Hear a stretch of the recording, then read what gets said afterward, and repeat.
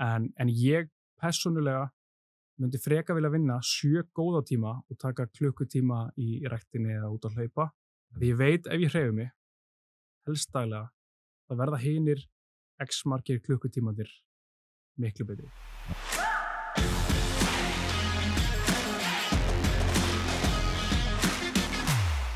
Arnar Freyr Magnússon, velkomin í þáttinn. Takk fyrir að fá mig. Þú ert hérna með Votbúð og Rein fyrirtæki í dag, sem er stofnandi og eigandi. Já, ekki stofnandi Rein, við keyptum Rein. Já, en ég stofnaði sem sagt Votbúð. Þú stofnaði Votbúð. Hvaða árið það sem að þú byrja svona í fyrirtækirekstri? Það var 2012, haustið 2012. Og þá voru ég og Steinar vinur minn sem að vorum búin að vera nokkur ára að hugsa og spá í hvað ættum að gera. Einhver business. Og á þeim tíma voru við svolítið all in í þessum CrossFit heimi. Já. Og bara stunda það 1 milljón og vorum svona með þjálfararéttindi og eitthvað þannig. Og á þeim tíma var CrossFit svolítið, já, svona uppvaxandi á Íslandi og heiminum. Og við ákveðum að bara opna netverslun með CrossFit vörum. En síðan flytur Steinar út erlendis mánuði seinna. Þannig áður en þetta var í rauninni einhver rekstur var komin á þetta. Þannig að ég bara tók við keflinu og bara var með þetta einn. Já, hvernig var svona ferli við það að opna búðina, að opna netverslunni? Sko það var bara, þetta er ekkert eins og í dag. Í dag er þetta miklu meira plug and play, bara WooCommerce og Shopify og bara milljón kerfi og þannig að þeim tíma var þetta bara einhver kerfi sem ég leigði sem var beintengt einhverju bókhaldskerfi og bara, það var ekki til Apple Pay og allt þetta dótir. Þetta var miklu flóknara, miklu dýrara myndi ég segja líka. Svona færslugjöldin miklu dýrari og ekki þessar auðveldu tengingar við postinn og drop og svona, þannig að þetta var miklu meira svona aðeins erfiðara, svona hvað var það tæknin allavega. Já, það er náttúrulega búið að vera gífuleg framþróun þannig síðust ár. Já, bara, þetta er orðið bara, þú veist, hvernig fólk bara borgar í símanum með Apple Pay og Aur og allt þetta og veist, það er enginn að standa upp á sófanum lengur og finna kreditkortið sitt eins og var. Nei. Þannig að, veist, það er bara veldur því að fólk versla meira netinu, það er bara miklu auðveldara að versla netinu. Já. Þannig að þetta var, og bara miklu fleiri sem versla á netinu í dag heldur en gerði þá. Hlutfall þjóðarinnar sem að versla reglulega á netinu. Þannig að þetta var ekkert umfang í mörg ár. Nei. Það var kannski, ég veit ekki einu sinni hversu margra daga fresti var pöntun, þannig séð sko. Já. Að meðan í dag er þetta 20 pantan á dag og svo er ég með líka fysiska verslun með þessu. Já, en hvernig veljið svona í byrjun, þú veist, hvaða vörur þið viljið vera að selja á netinu? Þannig að þú talar um að þið voru báðir mjög mikið í CrossFit. Já, þá er þetta bara einhverjir bólir og einhver sippubönd og liftinga og ólar og slíkt. En það er kannski sem fólk átta sig ekki á með svona retailrekstur er að þetta er ekki þannig að ég bara, mér langar að selja þetta merki og þá fæ ég það. Nei. Þetta er miklu meiri bara þetta við að fá að selja eitthvað og þú ert kannski bara eitthvað nobody og þetta merki er annarkvort bara committuð á þennan aðila eða nei, við nennum ekki að vera með eitthvað í Íslandi, við nennum ekki að spá í þessu og svo framvegis. Þannig að þetta er svolítið mikið bara spurningum, bara hei, má ég selja fyrir þig, má ég selja fyrir þig og svo framvegis og svo bara er þetta í rauninni bara snjóbolti.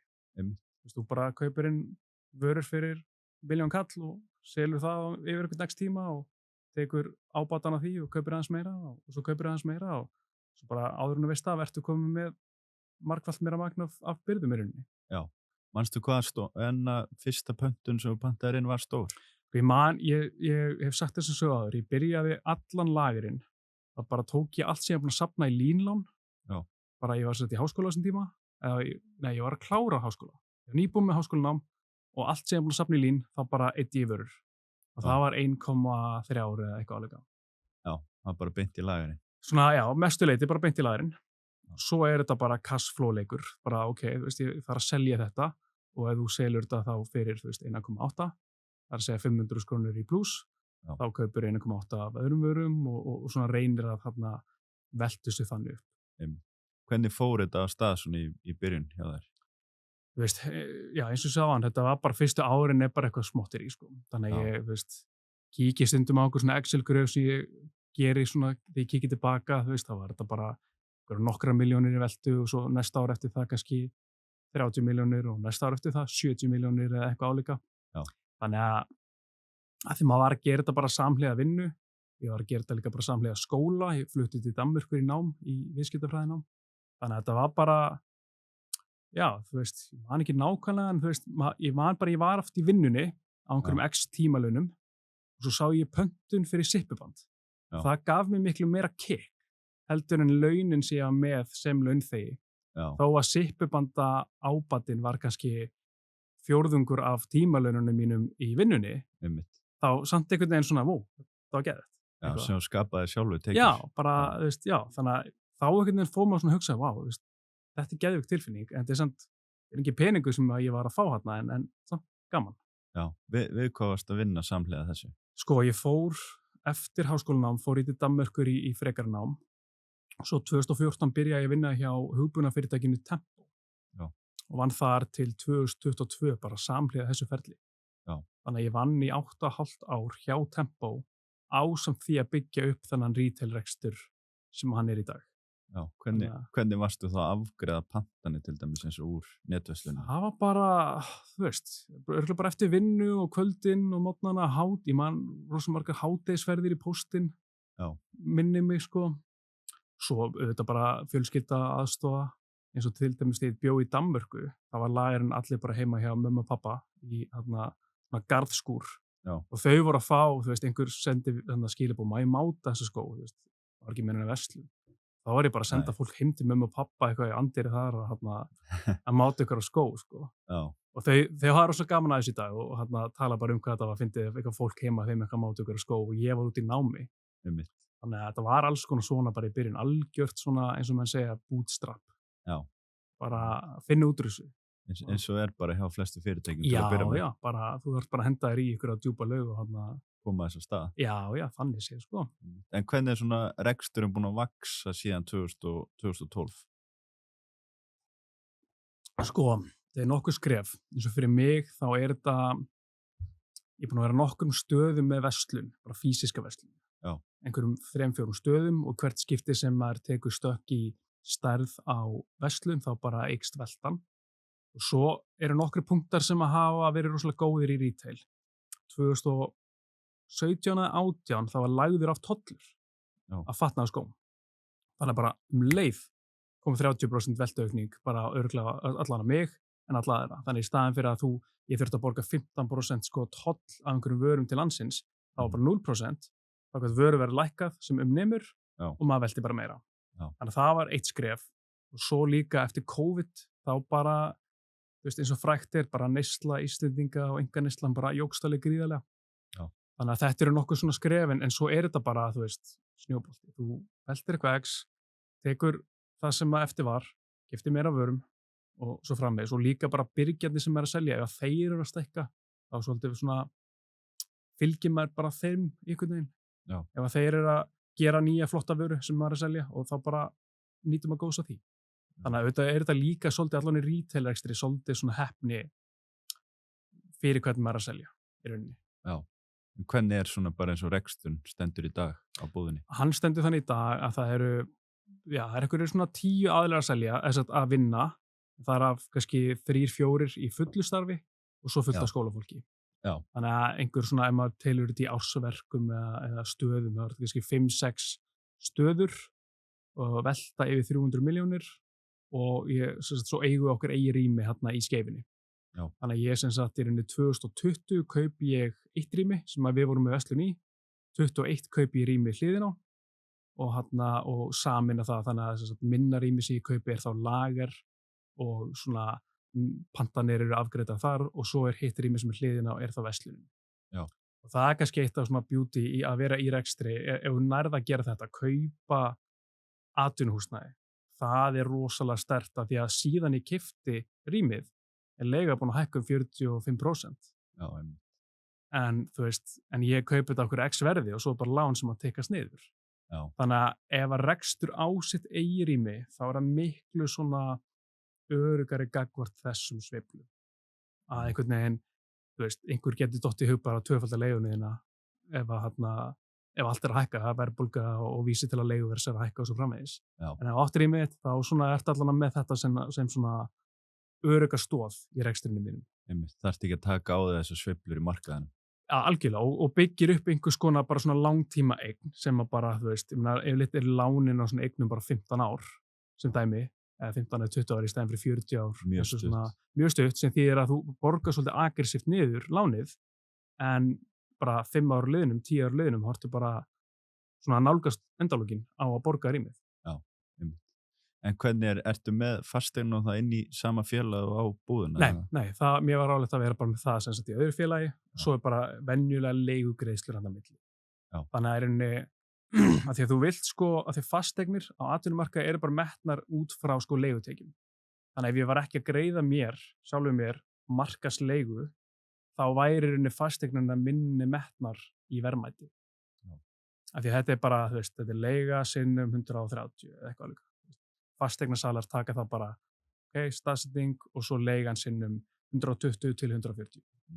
Og líka sem sagt, ef ég ætla að selja vottbúðina og hún að greiða of háa eða of lága leigu, það þarf að vera með einhverjum svona leiðréttingar á rekstrinum og markaslegar þetta þar lendi hagnaðurinn ekki svona heldur svona. Já. Þannig að maður reynir í svona tilfellum að halda einhvers konar normal leigu á sjálfan sér í rauninni. Já, það náttúrulega líka bara gott að skilja þetta bæði að. Algjörlega. En hvernig svona, þú talar náttúrulega búið að vera mikil framþróun bara í netverslun. Hvernig svona hlutfalli af þeim sem að versla á netinu hjá okkur og þeim sem að koma í búðina? Hvað myndir þú halda? Ég myndi kannski giska á svona 50. 50. Já. Þetta örugglega algengsta spurning sem ég fæ og svarið kemur eiginlega öllum á óvart. Svarið og þetta reyndar að breytast, en það hefur verið svona 70-30 búð versus net. Og það kemur eiginlega flestum á óvart. Já. En það að klifa það upp, þannig að það gæti að fara að detta í kannski 65-35, 60-40, það fer eftir tímabilum árs, nóvember, rosalega sterkur á netinu, nóvdes, svo framvegis, en það kemur samt fólki á óvart að hlutfallir ekki komið 50% allan hjá mér á netinu. Já. Jú, ég hugsa að gæti náð 50% en kannski það eru örugglega 2-3 árið. Já, það kannski ekki bara dæmi það að þá eigið eitthvað inni, sérstaklega eins og kemur að netinu sjálfur? Jú, en ég held líka að þetta segir meira, ekki endilega netið sé þá lélegt, heldur bara hvað verslanir á Íslandi eru sterkar því að eru bara allir á ferðinni, þú ert á bíl og það er allir einhvern veginn að keyra og bara vilja að droppa við. Sérstaklega kannski þessi geiri, fatnaður og skór og svo framvegis. Þannig að ef þú ert að selja slíkt, þá kannski meiri líkur á því að einhver vilji koma að máta heldur en að verslandanetinu. En ef ég væri að selja bara, raftæki, kannski vera hlutfallið að hærra netinu mögulega. Einmitt. En þetta mjög margir spyrja út í þetta og það kemur eiginlega öllum á óvart. Það svarið bara, þetta 70-30, 60-40. Já, einmitt. En hvernig eins og svona, áframhaldandi vöxtur og tækifæri fyrir eins og til dæmis vottbúðina? Hvernig sérðu það fyrir? Sérðu áframhaldandi vöxt? Já, ég persónulega, ég ger ekki mikið einhverjum svona risaplönum bara, eitthvað 5 ára plan verðum að þarna. Retailrekstur á Íslandi smá undir högg að sækja. Já. Ég hef ekki fundið fyrir, maður sér þessi stærri fyrirtæki í smástragli. Það þessi erlenda samkeppni, Boost farið að selja rosalega mikið, Boost með allt öðruvísi kostnaðarstrúktúr heldur en einhver sem borgar íslensk laun og íslenska leigu, Temu og allt þetta. Þannig að ég maður fylgist bara með þessu og ég tek svona 1-2 ára einu, fylgist með hvernig straumarnir eru og ekkert að gera neinn svona massív plön. Ég sé stundum fyrirtæki sem eru bara þrefalt stærri, að velta þrefalt meira eða þrefalt fleiri starfsfólk eða eitthvað þannig, en bara hagnast álíka mikið.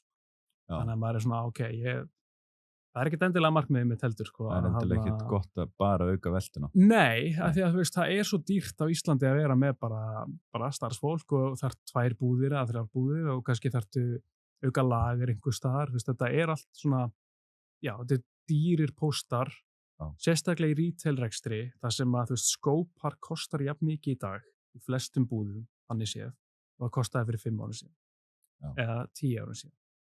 Ég hef tekið svona saman gögn hjá mér bara hvað, vörur sem ég hef selt gegnum 10 ár, hvað kostar eiginlega bara nákvæmlega sama.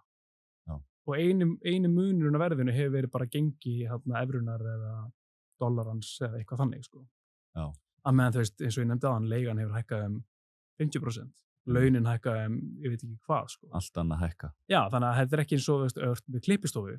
Klippingin hækkar svona cirka bóti í takti við verðlag. Já.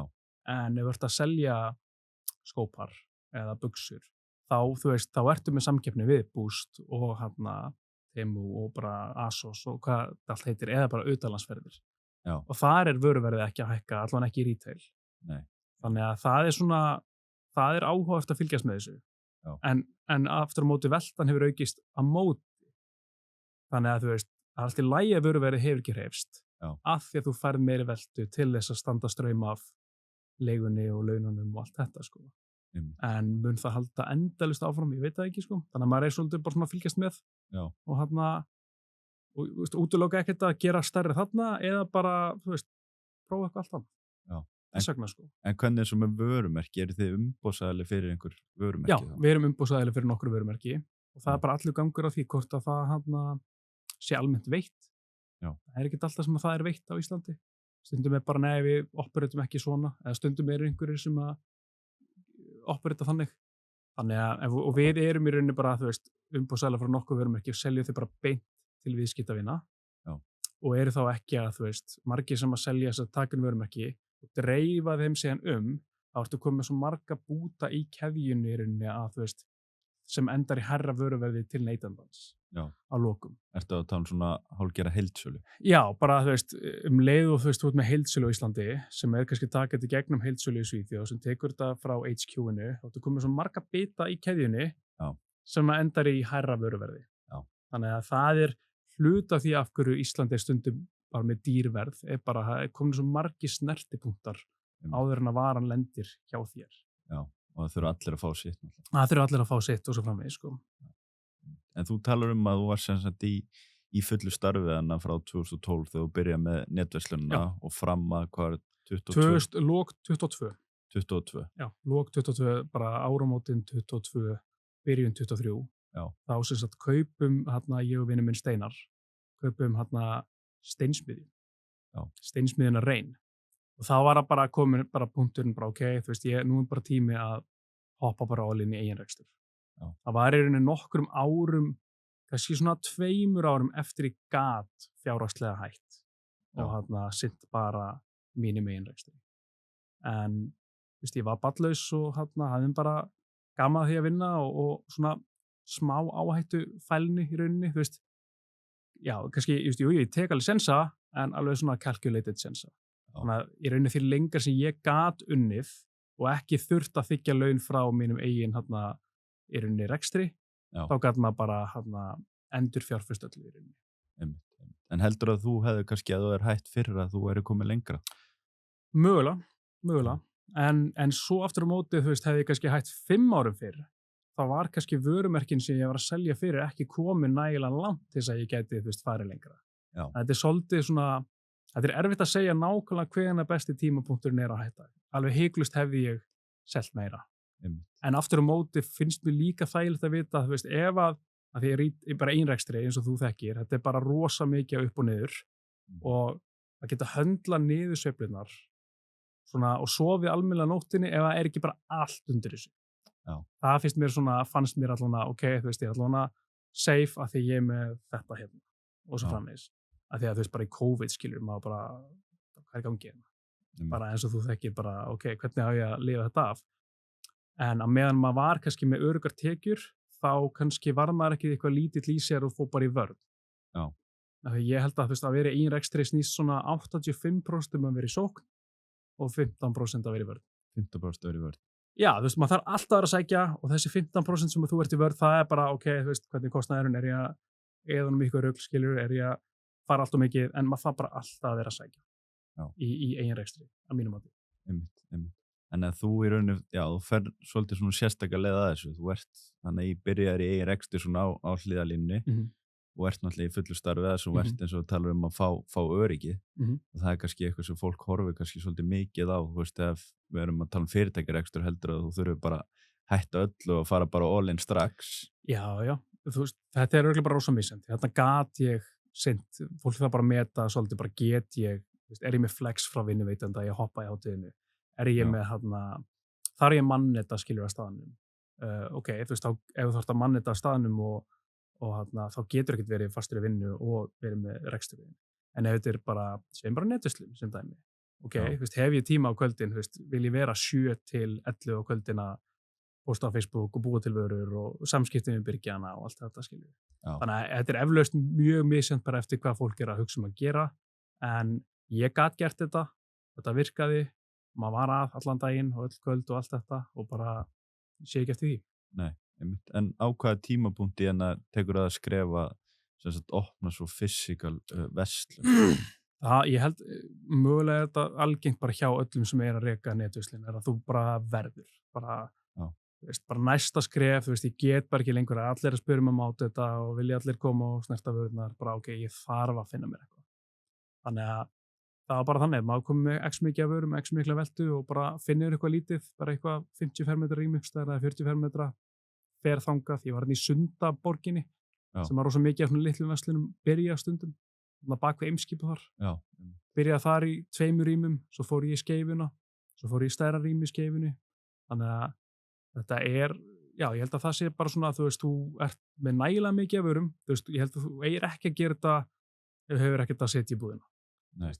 Bara með nokkra milljónir í byrðum og allt í einu þarf þetta að standa straum á leigunni og allt þetta sko. Já. Og leiga á Íslandi orðinalega mjög dýr og allt það. En var þetta kannski svona sá tímapunktur sem að þér fannst þú vera að taka mestu áhættuna í rekstinum? Já, klálega. Það að opna búðina. Já, það er svo auðvelt, það er miklu auðveldra að bakka út úr netverslun. Bara útsala og bara sjáast.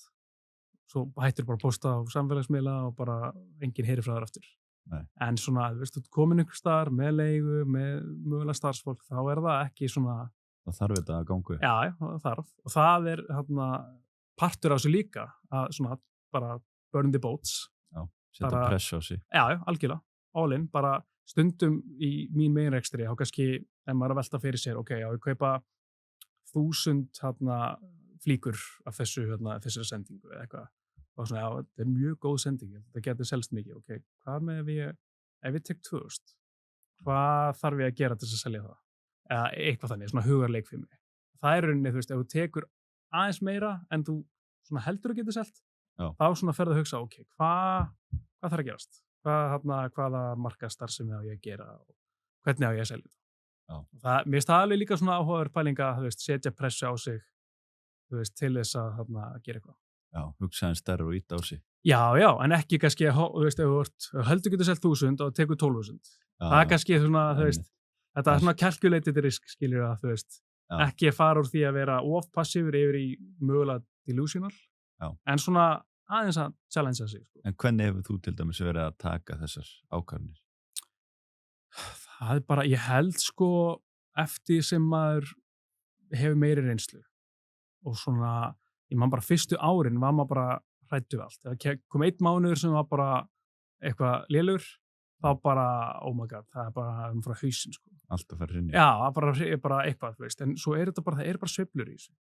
Þannig að, eftir því sem maður búin að vera lengur í þessu, þá veit maður bara, ok, þessi mánuður var lélugur, það er að glúta þessu, ok, skoða hagtölur, skoða kortaveltutölur, já, ok, allir í útlöndum, eða veðrið var ógeðslega gott. Það var ógeðslega gott veður einhvern júlí og þá bara var enginn í búðum. Sem bara kemur þetta allt tilbaka í næsta mánuði. Þannig að í rauninni held ég að til lengur sem ert í rekstri, þú hefur séð svona þessar sveiflur, þá lærir maður inn á þær og lærir maður að fríka ekki út yfir þeim. Þannig að ég veit ekki hvort að það svara svona spurningunni, en ég held að því lengur sem að prófa þetta, því bara betri ákvarðanir getum að tekið með þessar áhættur og svo framvegis. Það er góða tilfinningu fyrir rekstum. Já, líka bara það, ég meina, tók nokkur ára að fatta bara, ok, október í retail, hann er bara lélur. Af því að nóvember, desember er framöndan. Því maður bara 1 október 2016 eða 15 og ég er bara eitthvað, herru, shit, bara, hvað er í gangi? Bara enginn að kaupa, bara sendi ykkur e-mail á svona sambærileg fyrirtæki, bara, hvað er í gangi ykkur? Og það var fólk sem hafði miklu meiri reynslu, sem var miklu rólegra. Það vissi bara að kæmi allt í næsta mánuði eða það næsta mánuði. Einmitt.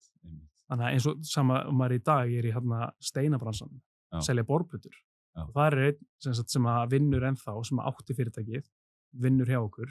Hann hefur unnið hann í 20 ár.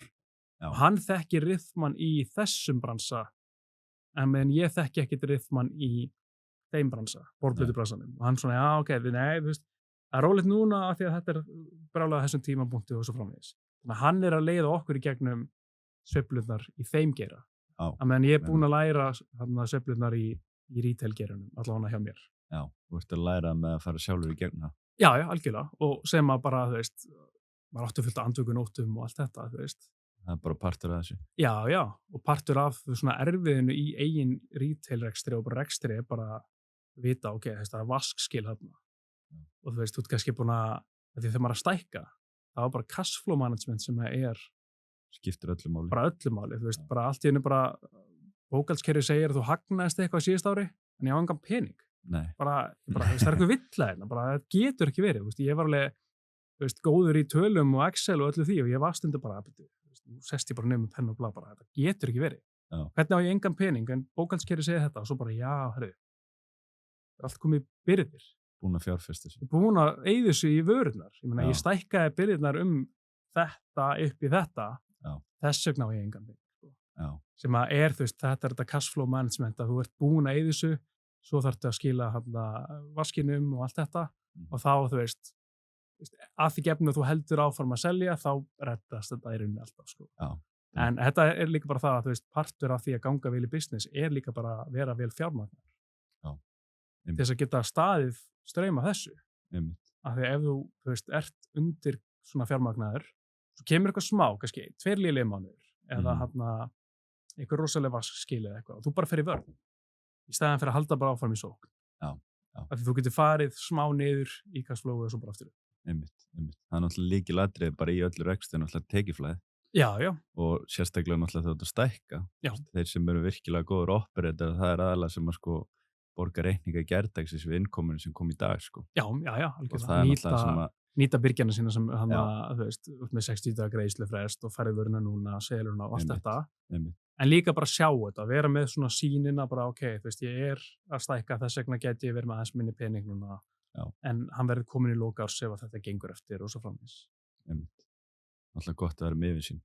En hvað er svona í votbúðinu, hvað er svona mest selda varan? Það er svona vinsalast, það er fötin. Já, bara kvennafatnaður. Hvenna tights og hvenna peysur og hvað er, sko. Já. Þannig það er mikið til sölu, selst mikið. Já, veistu prósentun að því?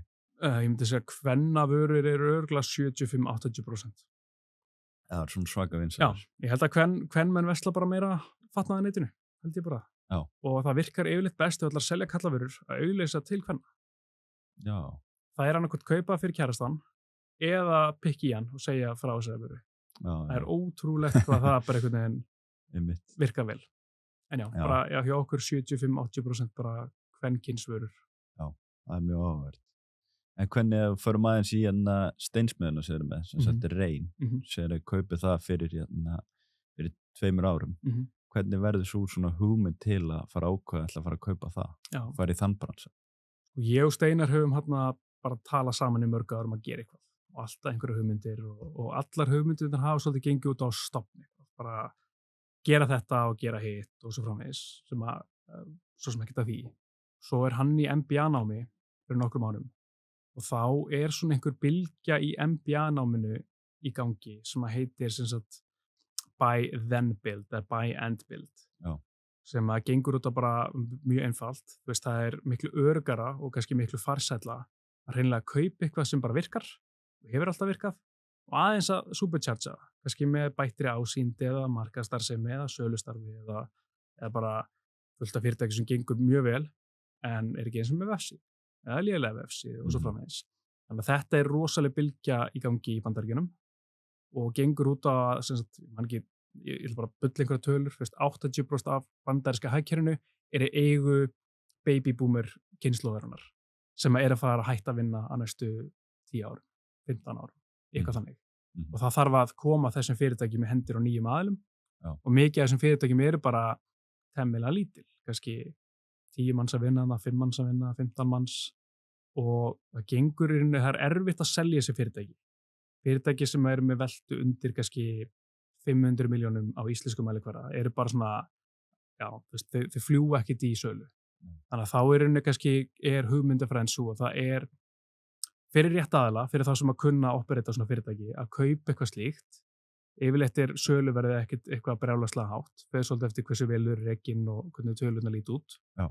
Og svo ef maður er með kannski eitthvað sem að getur nýst þessu fyrirtæki. Það getur verið tækniþekking, það getur verið bara markaðsstarfsemi og sölustarfi eða einhverja tengingar eða eitthvað svoleiðis. Þú getur keypt eitthvað og svona aðeins svona tvíkaða til. Það getur bara verið einfaldlega að bæta við vefsíðu. Eða bara eins og við gerum, við bara snýtum sýningarsalnum og ásýndinni og brandið og allt þetta í rauninni. Já. Hvað er þetta gamalt fyrirtæki? Sko ég held að kennitalan er frá 99. Hámununa, 99 kennitala. Þannig að bara rosa mikil þekking og reynsla og bara það búið að finna product market fit. Í rauninni. Það bara að meðan ef ég og þú ætlum að stofna eitthvað alveg nýtt, þá svona ekki nema við sem að kopja eitthvað erlendis, þá veist ekki nákvæmlega, verður þetta eitthvað, er eftirspurn eftir þessu, sumt er hægt að testa, hægt að bootstrappa eitthvað smá, en kannski ekki allt. Nei. Og þannig að hugmyndin er að það eru miklu minni líkur á þetta feili heldur en ef við prófum eitthvað alveg nýtt, sko. Einmitt. Þannig að bara, og þessi bylgja fjalla svolítið þessa tölfræði innan við x% af startup fyrirtækjum bara hreinlega að lifa fyrstu 5 árin og veit ekki hversu prósentu var bara 5% eða minna og ekki þetta startup geiranum en bara að vita þessar líkur bara það eru bara x mikla líkur að þú náir einhverju flugi eða þetta verður eitthvað innan einhver ára en allan þessi buy and build sena bara hreinlega að kaupa eitthvað sem virkar og aðeins að superchargea það er kannski 97% líkur að það hefnist eða eitthvað áleika. Já, skapa meiri verðmæti. En hvernig finnið eins og þetta, eins og svona steinspil, voruð þið bara inn á einhverju síðum að leita fyrirtæki sem voru til sölu? Sko, á Íslandi er þetta bara hreinlega svona brókerar. Þannig að þetta getur verið bara bankarnir að selja þetta, getur verið endurskoðunarfyrirtækin eins og KPMG og Deloitte og þau. Svo eru fullt af minni svona sérhæfðum fyrirtækjum að selja fyrirtæki. Eitt heitir Investis, eitt heitir hreinlega bara Investis og eitthvað annað. Það er bara fullt af svona aðilum sem að sérhæfa í þessu og yfirleitt því stærri sem fyrirtækin eru því líklega þau eru í höndunum hjá bönkunum eða endurskoðunarfyrirtækinum og svo framvegis. Þannig að ef fólk er að spá í þessu, þá er það hreinlega bara setja sig í sambandi við þessa brókera. Bara, þeir vilja yfirleitt svolítið svona filtera þig. Bara, er þér alvara? Hefur þau eitthvað getur þess að gera þetta? Því að þeir náttúrulega muni sem bara fýta í þig einhverjum upplýsingum og einhver fyrirtæki til sölu. En þið funduð þetta sem sagt hjá bara einu svona bróker? Já. En hvað var til þess að þið mátu að þetta væri svona gott tækifæri að kaupa þetta fyrirtæki? Það er bara löng rekstrarsaga og bara markaðurinn, hann er bara hreinlega að stækka. Það bara fleiri sem að kaupa stein fram yfir plast í framtíðinni heldur en í dag og heldur en fyrir 5 árum. Þannig að hlutdeild steins mun bara aukast eftir því sem að Íslendingar efnast meira. Það er ákveðin aðgangshindrun. Það er erfitt að stofna til svona fyrirtækis. Það er vélbúnaður og þekking og allt þetta. Og svo líka bara, sáum við okkar styrkleiki er þessi bara ásýnd, markaðsmál, sölumennska, eitthvað svona storytelling sem maður getur verið að gera bara á samfélagsmiðlum og slíkt. Þannig að það myndi ekki henta okkur að fara inn í eitthvað þar sem að það myndi ekki nýtast. Bara, ég veit ekki, bara hreinsa skolpkerfi Reykjavíkurborgar, eitthvað svoleiðis. Það skiptir ekki máli hversu góðar auglýsingar, það er kannski meira bara tengingar við borgina eða eitthvað slíkt, skilur við. Og ef maður er góður í því, þá kannski fer maður í eitthvað slíkt. Þannig að, eða ef að fyrirtæki sem maður vill fara inn í krefst mjög mikillar tækniþekningar. Kannski ég var ekkert að kaupa eitthvað fyrirtæki sem að væri einhverju AI þróun. Ég bara veit ekki þar, sko. Ég myndi bara halda mig frá því. Ekki nema að væri hreinlega bara að þarf að auglýsa þetta til notenda eða eitthvað slíkt, sko. En hvernig var svona eins og kaupferli við þetta? Þið væntanlega sjá að þetta sé til sölu og gera eitthvað kauptilboð. Og manstu hvað tók langa tíma þá til að þið voru búin að gera einhver tilboð eða byrja að skoða þetta þá til að þið voru búin að kaupa? Sko, ég held að þetta sé september, fyrstu kynni og svo forlagsmessa er búið að ganga fröðli. Þannig að svo er þetta bara þetta klassíska, það er bara að þú fær einhverja grunntölur, svo svona verður eitthvað sparki boltana, sparki dekkin, due diligence, einhver tilbúðstölur fram og tilbaka og svo bara nelt. Þannig að, en ég held að svona meðaltali getur þetta verið að taka kannski svona 3 til 9 mánuði, það sé örugglega líklegur tími. Hvernig voru þessi kaupi á ykkur til dæmis fjármögnun? Þær voru fjármagnið okkur 50% lántaka, 50% eigið fé.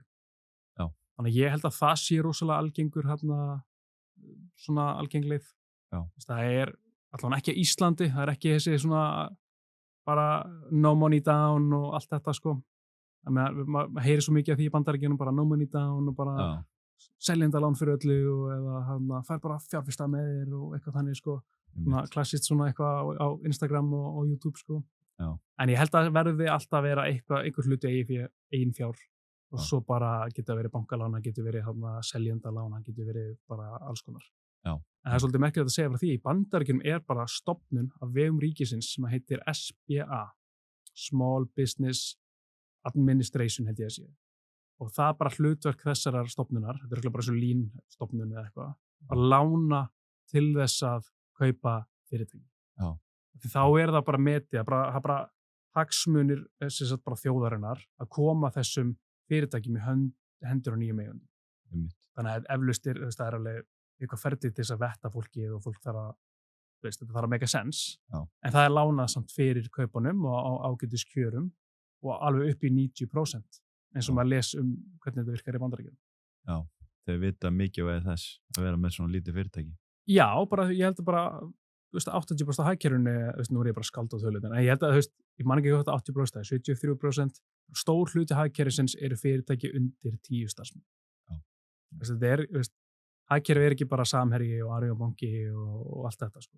Þannig að bara flestir landsmenn vinna hjá fyrirtæki með undir einhverjum x starfsmenn, 10 starfsmenn, 15 starfsmenn.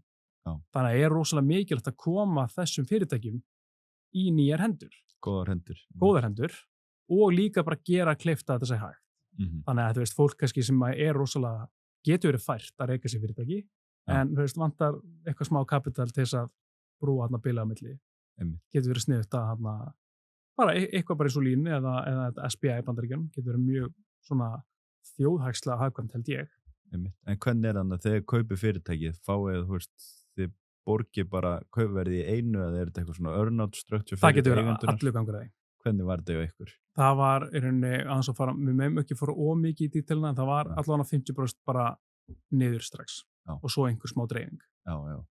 En eins og maður heyrir, maður lesum hvernig þetta virkar í Bandaríkjunum.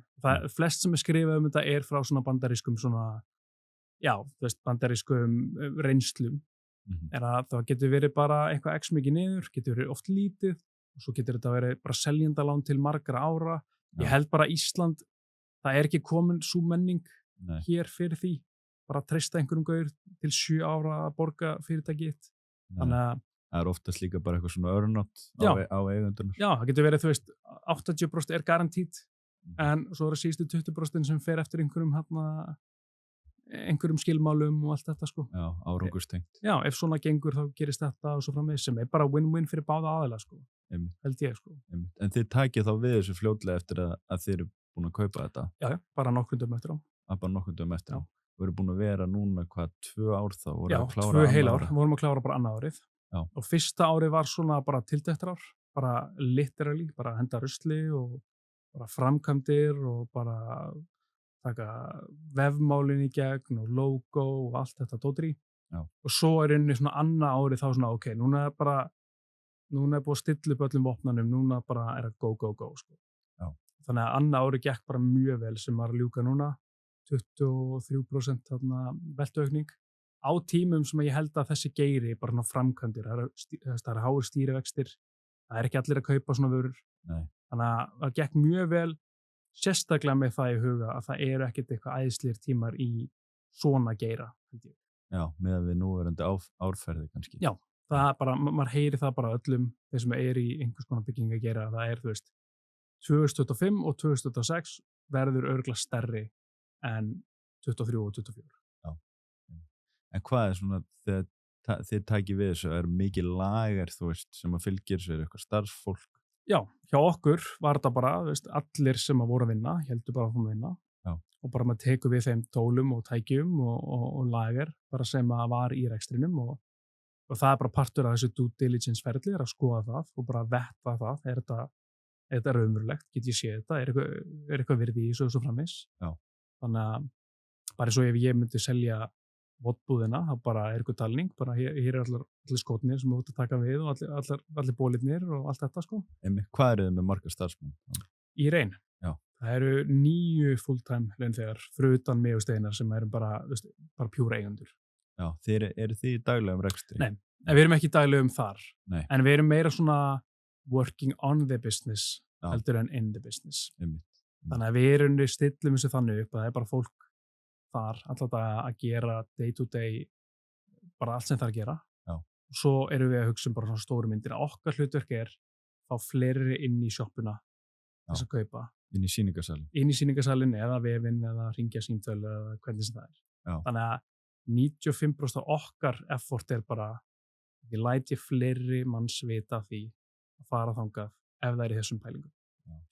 Stækka sölu pipeline. Já, það getur bara verið skrifa LinkedIn. Einmitt. Það getur líka verið að mæti þetta podcast. Já. Það getur verið að posta oftar á Facebook á Rein-miðlana eða okkar prívat eða tala við einhvern arkitekt eða hringja í einhvern verktaka og svo framvegis. Það bara work on the business, ekki in the business, bara hvernig stækka í rauninni vitundina það sem ég að gera. Já. Hún er alltaf búin að vera duglegur að posta á LinkedIn.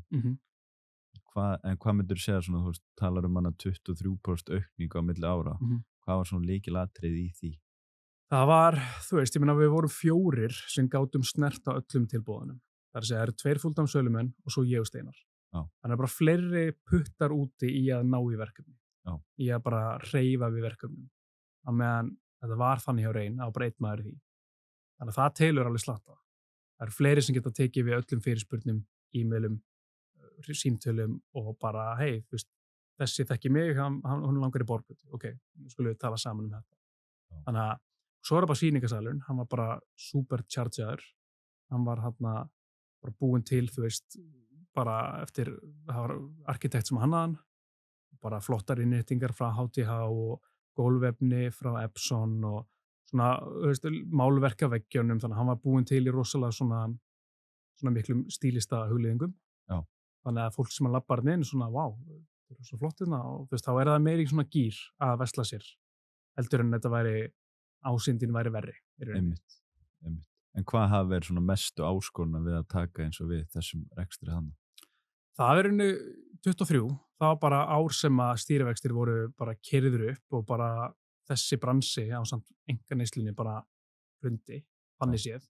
Bara vorið 23 er bara vexti komnir í 9,1% og allir bara stoppa framkvæmdir. Þannig að þá bara fækkaði verkefnum og það var rosalega erfitt svona fyrsta árinu bara ok, það er bara miklu minna að gera en hefur verið þetta síðust ár. Já. Frekar en eitthvað, það er ekkert erfitt að læra eitthvað nýtt, ég meina, ég get alveg setið í tölvuna á kvöldin og lesa við til allt sem að þessi rekstur er að gera eða einhver annar. En það meira svona kannski, ég myndi segja erfiða í rekstri kannski bara svona haldið inn í sér andanum meðan það gengur svona miðlungsvel eða jafnvel illa. Frekar en bara, ég þarf að eða kvöldin í að læra eitthvað nýtt. Já, en hvað er svona áframhaldandi markmið hjá ykkur þá núna vera búin að taka yfir þetta fyrirtæki og að kaupa það og vera að reka það áfram og vera búin að taka til? Hvað er svona markmið, svona stóra markmið með þessu? Sko, það er kannski ekki endilega eitthvað eitt stórt sem maður horfir á bara, þetta verður að gerast innan 5 ára. Það er kannski bara að taka 1 ár í einu, setja sér eitthvað mínimarkmið, prófa eitthvað áfram, ok, er þetta eitthvað til þess að skoða, prófa sér áfram með þessu, ef að kaupa annað fyrirtæki eftir 2 ár og samina, ég ætla ekki að segja, það er bara markmiðið bara að búa til einhverja samstæðu, 10 fyrirtæki saman og bara eiga Ísland. Það er bara, ég allavega hugsa ekki þannig, þó að það kannski gerist það, kannski ekki. Það er bara, ég tek persónulega bara 1 ár í einu, 1 til 2 ár, ok, hvernig gekk við fyrir það, ok, getum við gert betur, getum við prófað að gera þetta, hvaða tækifæri sé ég í nærumhverfinu mínu og svo framvegis. Af því að það sem ég var að gera fyrir 5 ára síðan, bara allt annað en ég er að gera í dag. Já. Þannig að ég svona veit bara að það verður bara eitthvað allt annað en ég held eftir 5 ár, þannig að ég reyni ekkit svona persónulega svona, já, ég ætla bara að gera þetta eða allt er glatað. Já, Ég passa mig mjög mikið á því að, þú veist, svona hengja allt á einhverju superficial tölum. Segjum bara, ok, ég ætla að velta milljarði, þá er ég ógeðslega glaður. Eða eitthvað þannig. Það getur gerst einhvern tímann. En það verður samt að vera hluti af einhverju vegferð sem þú ert á. Já. Það sem skiptir mestu máli fyrir mig bara fjárhagslegt frelsi.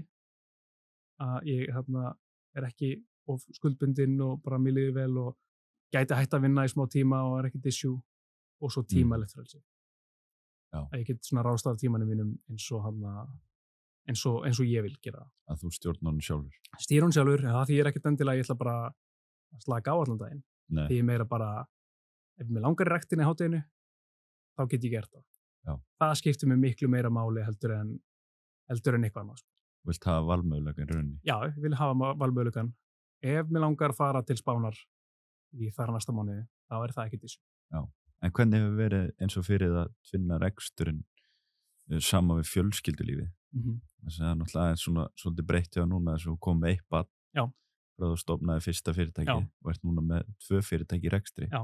Hvernig gengur það? Það allt bara, ég segi oft til fólk sem á ekki börn, bara herru, þú veist, núna tíminn til þess að svona, eins og þau segja í útlöndum, að grænda. Já. Það miklu auðveldara að vinna allan daginn og vinna á kvöldin þegar maður á ekki barn. Og þá þarf maður bara að læra þegar maður á börn að, þú veist, láta tímana alvöru telja sem þú ert að vinna. Já. Þannig að, þú veist, þú þarft að vera til staðar eftir klukkan 3-4 daginn, þangað til að börnin fara að sofa, og svo mátt 1 eða 3.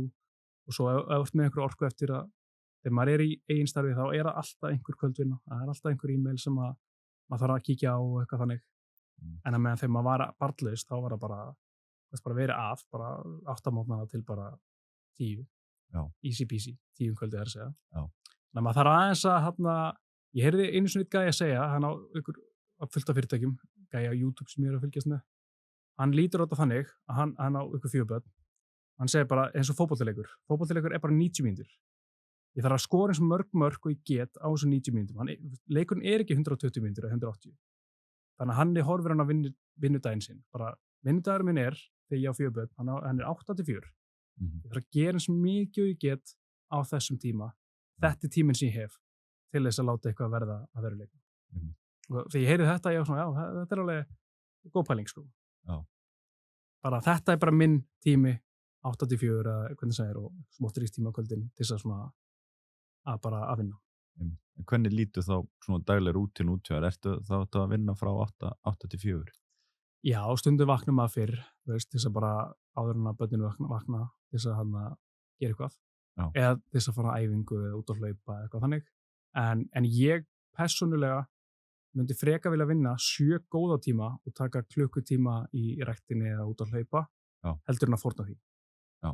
Því ég veit ef ég hreyfi mig helst daglega, það verða hinir x margir klukkutímandir miklu betri. Já, þeir telja miklu meira. Miklu betri. Þá ég bara, þú veist, því meira sem ég hreyfi mig og æfi, þá ég betri að skapi, vera sjálfstraust og bara svona peppaðri.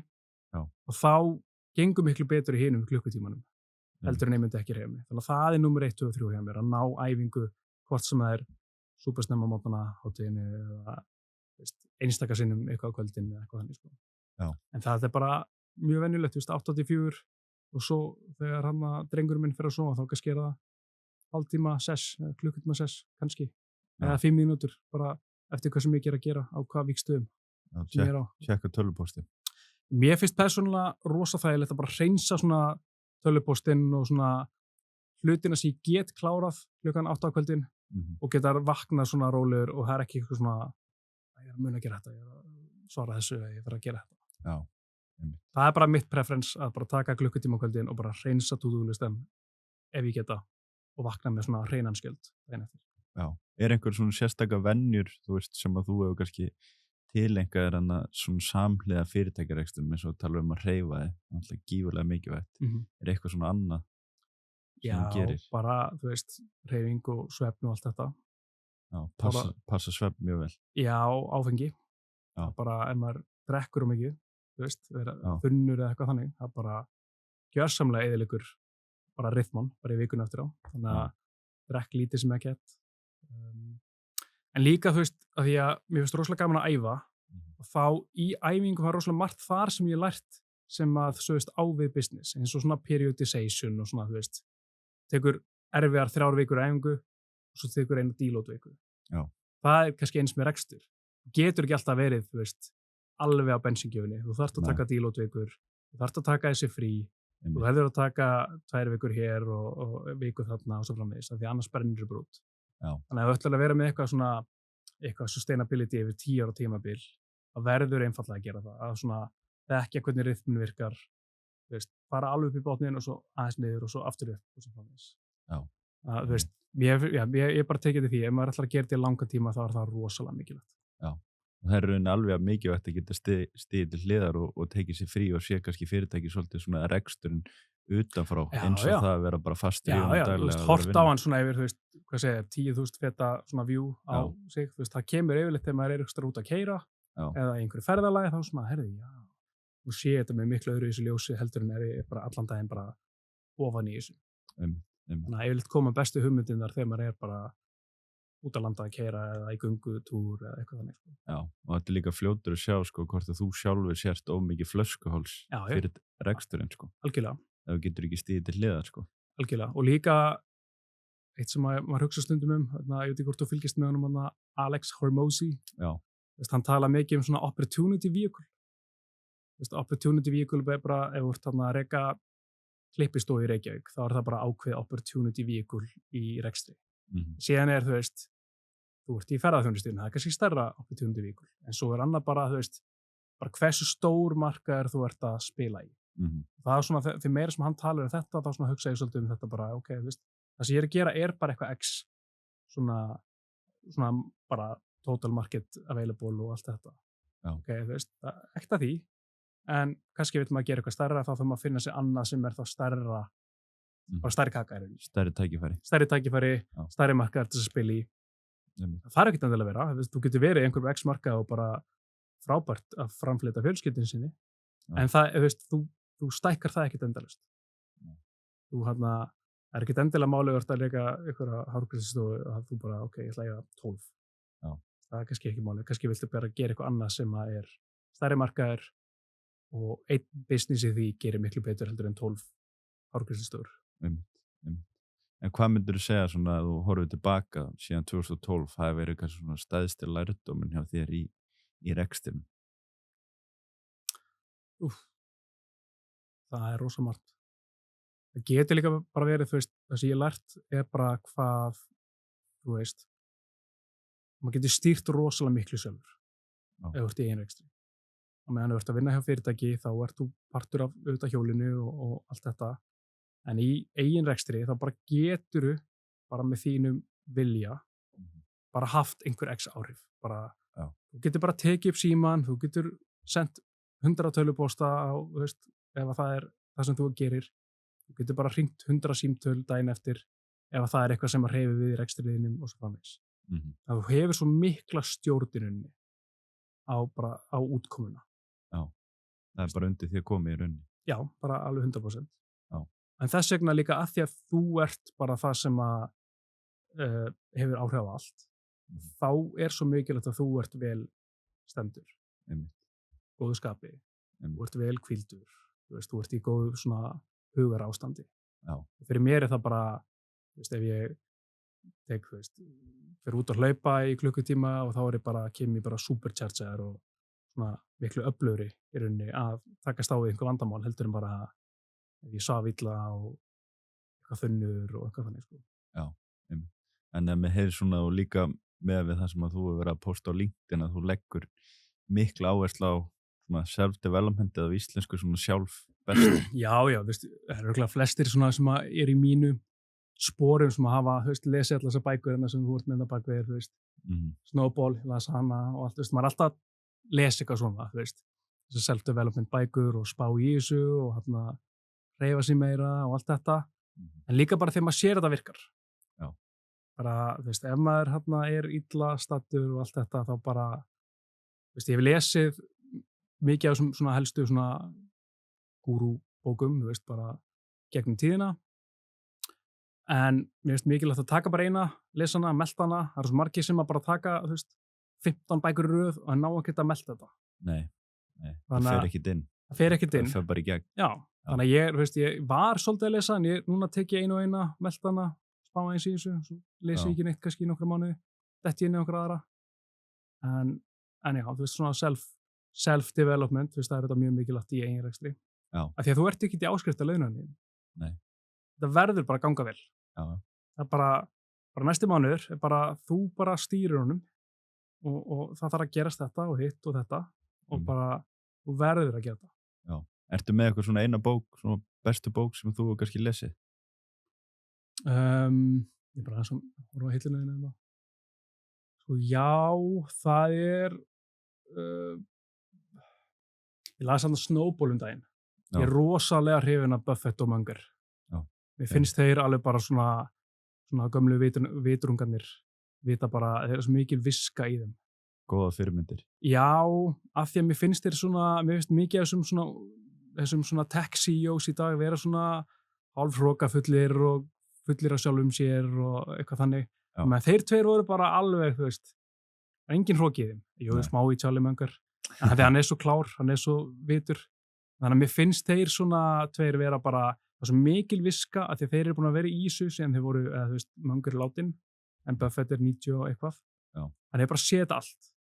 Bara já, núna er stýrivaxtahækkun, núna er þetta að fara að gerast, ég sé þetta 12 sinnum í gegnum lífsleiðina. Já. Bara ég er bara sallarólur, ég er ekkert að taka þátt í neinu hæpi og ykkur þannig. Ég er búin að afla mér svo mikla reynslu og líka þeir lifðu gegnum svo erfiða tíma, 1940, 1950 í Bandaríkjunum. Og þeir hafa þetta svona perspektíf. Já. Bara hlutirnir eru óslega góðir í dag með að við hvernig voru þegar ég hérna ungur. Já, reynslu og þekkingu. Já, algjörlega.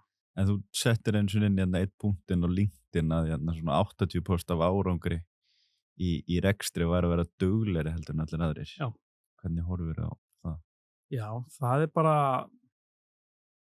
maður sér þetta alltaf bara, í fleiri símtöl sem maður hringir í fleiri pósta sem maður póstar á Facebook. Ef það er eitthvað sem hreyfið við rekstrinum, bara segjum svo út að selja skó eða eitthvað. Því meira svo gerir henni, því betur gengur það. Og þetta getur, einhver annar gert einn geðvikan póst og gert betur en þú. En þú gerir bara 12 sinnum eitthvað mjög gott, þá bara gengur það betur heldur en þú gerði ekki neitt. Já. Þannig að ég bara lært það einhvern veginn og líka, ég sé það bara í til dæmis langhlaupum.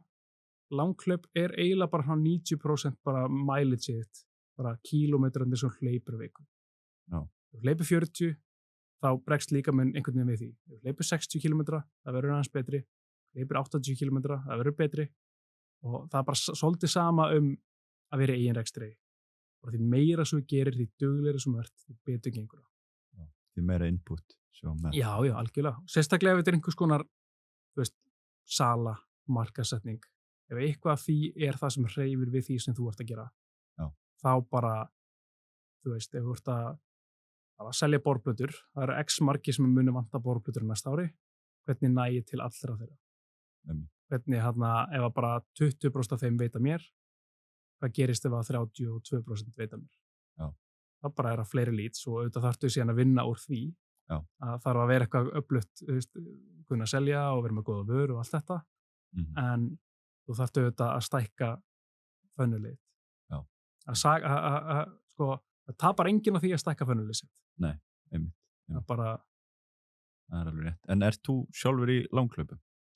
Já, ég bara hef sinnt crossfit og bootcamp og öllu þessu stöffi í gegnum árin. Já, verið svolítið að hlaupa, tekið marathon og Laugaveginn og allt þetta. Já. En ég er svolítið bara svona ég er að lifta, hleyp, fer í CrossFit Reykjavík og bara svona, gaman að prófa allt saman. Já. En ég hef þótt gaman að setja með ykkur, segjum bara hlaupamarkmið, ég ætla að hlaupa marathon undir þessum tímum og fara á eitthvað svona prógram og eitthvað svoleiðis. Og af því það, það bara fyrstilega gaman og það hjálpa manni líka í rekstri, finnst mér. Og maður lærir líka rosalega margt að því fyrir bara til dæmis rekstri sinna í lífið. Já. Bara þarna hljóp ég meira en ég gerði fyrra og uppskar betur og svo framvegis. Setja þér einhver markmið og náði? Algjörlega. og líka læra, þú veist, ok, ég hljóp hérna 30 marathon núna, en ég ekki að fara að setja mér 3 sem markmið næsta ári. Það þetta sama, sko, þú veist, að setja sér eitthvað sem stretch, en samt alveg svona, alveg possibility. Í staðan fyrir að vera bara, setja sér markmið sem eiginlega bara ekki fræðilur, og því það bara gagnast ekki neitt. Myndi ég segja. Já, myndur þú segja að veri stórt markmið að fara úr 3:30 niður í 3? Já, fyrir, þú veist, einhvern sem búin að hlaupa mikið. Já.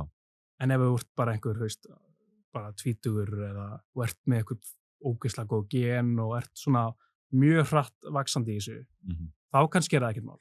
Nei. En ef þú ert búin að vera að hlaupa í mörg ár og fórst úr því 40, í 3:35 og svo 3:30, þá þú veist, natural progression að þér ekki að fara í 3 tíma.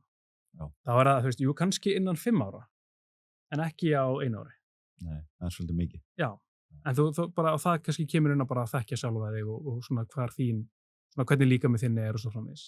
Já. Og kannski bara sama í rekstri, ef að þú ert að selja fyrir 400 milljónir og þú búin að vera í hérna bransanum í 10 ár og markaðurinn eitthvað x stór, þá kannski 450, 500 alveg bara raunhæfur möguleiki ef að þú ert með vörurnar í það og svo framvegis. Já. En kannski að fara úr 400 í 800 kannski bara ekki fræðilegur af því að þú veist, markaðurinn ekki það stór eða vörurnar sem þú ert að selja bara ekki fáanlegar kannski. Þannig að, já, ég mikla skoðin á svona, ég spái oft í svona markmiðasetningu hvað það, þú veist, það svona vand með farið. Þú þarft að setja einhver markmið sem að alveg hægt, alveg í svona, í raunverulegum heimi hægt, en auðvitað ekki bara eitthvað, ég ætla að bæta með 1 mínútu í hlaupi. Ok, þetta eitthvað sem svona smá. Þetta svolítið fín lína að setja sér of lág markmið eða lítið markmið sem veist í rauninu og getur náð versus það að setja þér of há markmið, sko. Bara eins og ég nefndi á hann, ef þú ætlar að kaupa 1000 flíkur og heldur að geta selt þær, ok, hvað með ef ég tek 1300 eða 1400, það svona, ok, það alveg sens, það alveg möguleiki, sko. Þess að púsa sig. Já. En að þú kemur inn á markmiðasendingu, ert þú sjálfur, setur þú alltaf sjálfur markmið bæði persónulega fyrir reksturinn fyrir hvert ár? Já, en það aðeins að minnka. Já. Það kannski líka bara, þú veist, af því að ég veit bara að ef maður heldur bara áfram á þeirri braut sem maður á, þá bara gerist eitthvað betur. Og ég veit líka að, þú veist, að setja sér einhver svona, þetta bara tölur á blaði. Eða þú veist, þú verður ekkert glaðari ef að þú settir markmið bara, þú veist, þú ert í 100 og þú settir markmið 140, ef þú ferð í 136, þá ekkert heiminum búinn, það bara mjög gott. Já. Þannig að tölurnar sem slíkar bara búnar til úr þunnu lofti. En það ekki það með sagt að þú bara að fara að slaka á og vera ekkert metnaðarfullur. En bara svona, þetta bara einhverja tölur á blaði. Já. Og þú veist, þú verður ekki þeimun ánægari eða heimurinn alveg glataður ef að bara nákvæmlega þessi tala náist ekki. Já, en það nú kannski svona mismunandi svona aðferðafræði sem hver veit setur þessu markmið, þannig eins og kemur inn að þú nærði ekki markmið, en það kannski ofta því að fólk kasta bara einhverju fram án þess að hugsa það, en það alltaf rosalega mikið að ég myndi allan segja það út frá minni reynslu, búin að vera rekstri í 13 ár, að setja sér alltaf skýr markmið sem að þú ert líka búin að pæla mikið í alltaf að fara að draga í lengur og kannski að þú nærð bara 85-90% af því, þá er það samt betri árangur og meiri líkur að þú endir nær þeim stað sem þú vilt vera á, sko. Já, menn, ef þú byrja bara nýtt ára og ert ekkert að hugsa, þú skoðar ekki sölutölunar síðast ári, þú spáir ekki næsta ári, þú veist, þú auðvitað þarft að svona, ok, gerði þetta, hvað þarf að gerast til síðan á þetta? Það ein bók sem ég mæli rosa mikið með fyrir þá sem rekstri, það þarna EOS, Entrepreneur Operating System, eitthvað álíka. Hún rosalega stutt og rauninni svona, þetta eins og að fara á æfingaprógram fyrir, þú veist, æfingar nema í rekstrinniðinum. Þá bara svona, ok, þú veist, þetta svona operating system fyrir þig til sem nota í rekstri, þannig að, þú veist, það eru vikulegu fundir, það eru mánaðarlegu fundir, það eru quarterly markmið og svo framvegis. Þannig að þetta svolítið svona playbook fyrir því sem nota til þess að stilla upp árunni. Þannig að ef þú notar þetta playbook, þá nærðu bara þeimun meira árangri, heldur en ef þú bara byrjar árið og bara gerir bara eitthvað. Og svo lítur þú tilbaka, já, af hverju gerist þetta? Eða gerist þetta ekki? Þegar ég var ekki með þetta sem markmið. Þannig að EOS Entrepreneur Operating System held ég að hún heiti, hún alveg frábær, veist mér, alveg ekkert svona, ég þoli ekki svona bækur sem eru bara byggðar ekki á neinu. Þannig hann bara, þú veist, konkrét, þetta planið, gerir svona og þetta virkar fyrir þessi fyrirtæki og svo framvegis og ég hef heyrt mikið af fyrirtækjum bæði í Íslandi og erlendi sem að nota þetta bara sem svona playbook fyrir þau, hvernig þau stýra rekstrinu sínu. Já, ég myndi það að tjekka þessari bók. Já, hún alveg frábær. Og einu af þessum bókum, ég þú veist, þetta oft inn á svona bækur og í staðan, ég les hana frekar tvisar en að vera alltaf að testa okkur nýja. Veist, ég hætti frekar að bók ef hún ekki að ná mér á svona klukkutíma. Þegar frekar bara í þessar geggjuðu heldur hann að fara aftur í bara eitthvað annað. Já, lesta ég vel tvisar til að fá fulla skilning. Já, algjörlega. Ég þarf eiginlega að fara að lesa þess aftur. Hlusta hann, ég búin að hlusta hann á tvisar og bara til þess að aðeins að rifja þetta upp. Okay, bara góður í mændir. Já, það þessi quarterly markmið, svo þetta ársmarkmið, þessi vikulegu fundir, mánaðarlegu fundir, hvað gerist á mánaðarlega fundunum, hvað gerist á árlega fundunum og svo framvegis. Og ákvæmski freka við með marga starfsmenn, til dæmis. Þá á þessi bók freka við. En hvað núna á þessu ári myndur segja er svona verkefni sem eru framöndan hjá okkur eða framöndan hjá þér? Já, sko ég eignast barn eftir 3 vikur. Kannski þegar þetta verður komið út, þetta hlaðvarp, þá ég búin að eignast barn. Þannig að þú veist, ég horfi líka á þannig að þú veist, lífið má líka vera bara í svona köflum. Ég veit að þú veist, þegar maður eignast barn, sérstaklega barn nummer 2, þá ekkert endilega tíminn til þess að stíga á bensíngjöfuna sko alveg upp í 10.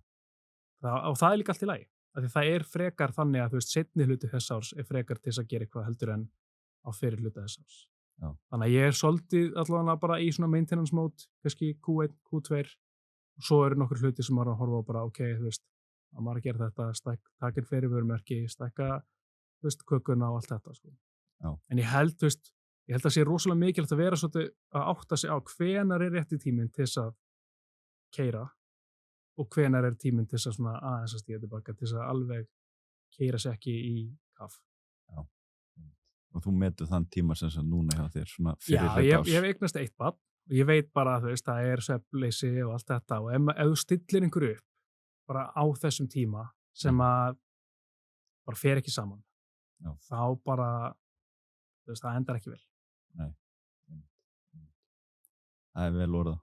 Ein svona spurning í lokin sem ég spyr alla, sem svona hvað þú sér sjálfa eftir 5-10 ár. Hvað eitthvað svona ákveðin verkefni eða eitthvað sem þú vilt hafa lokið eða ákveðin staður sem þú vilt vera komin á? Já, eins og ég nefndi kannski þá ég hef eiginlega aldrei verið í ykkur svona konkrét svona vision, bara eitthvað 5 ár bara nákvæmlega þetta að gerast, eða ég vil ná einhverju X. Af því að ég bara, það alltaf breytast. Þú spóla tilbaka 5 ár, hvað ert að gera í dag, þá það bara allt annað en þú ert að gera fyrir 5 árum, allavega fyrir marga.